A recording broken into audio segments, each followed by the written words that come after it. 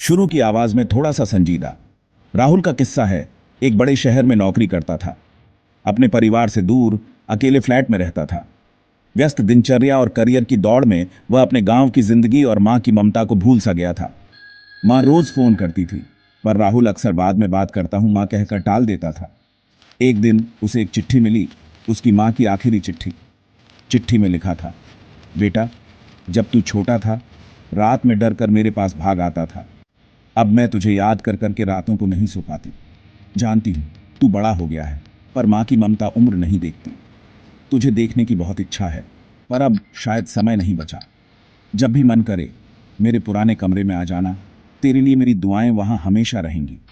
राहुल की आंखों से आंसू बहने लगे। वह तुरंत गांव भागा, पर मां अब नहीं रही।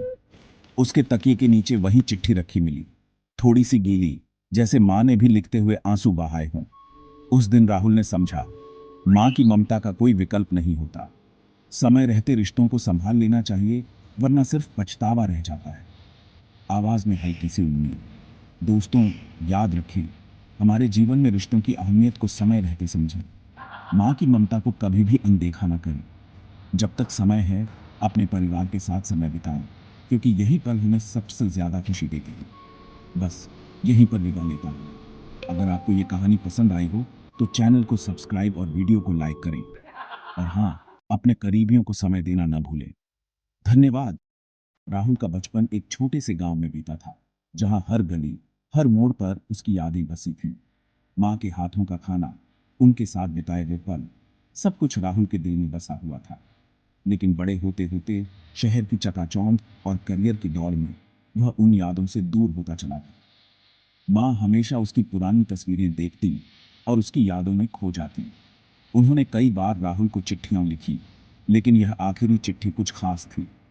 इस चिट्ठी में मां ने अपने दिल की सारी बातें लिख दी थी, जो वह फोन पर कभी नहीं कह पाई। राहुल ने गांव लौटते समय रास्ते भर उन पलों को याद किया जो उसने मां के साथ बिताए थे। गांव पहुंचकर उसने अपने पुराने घर को देखा और उसकी आंखों में आंसू आ गए। उसने मां के कमरे में जाकर एक मोमबत्ती जलाई और उनके लिए प्रार्थना की। राहुल ने उस दिन समझा कि मां की ममता और उनके साथ बिताए पल ही असली दौलत है। उसने ठान लिया कि अब वह अपने परिवार के साथ ज्यादा समय बिताएगा और रिश्तों की अहमियत को समझेगा। दोस्तों, इस कहानी से हमें यह सीख मिलती है कि हमें अपने परिवार और रिश्तों को समय रहते संभालना चाहिए, क्योंकि यही पल हमें सबसे ज्यादा खुशी और सुकून देते हैं। बस यहीं पर विदा लेता हूँ। अगर आपको ये कहानी पसंद आई हो तो चैनल को सब्सक्राइब और वीडियो को लाइक करें। और हाँ, अपने करीबियों को समय देना ना भूलें। धन्यवाद।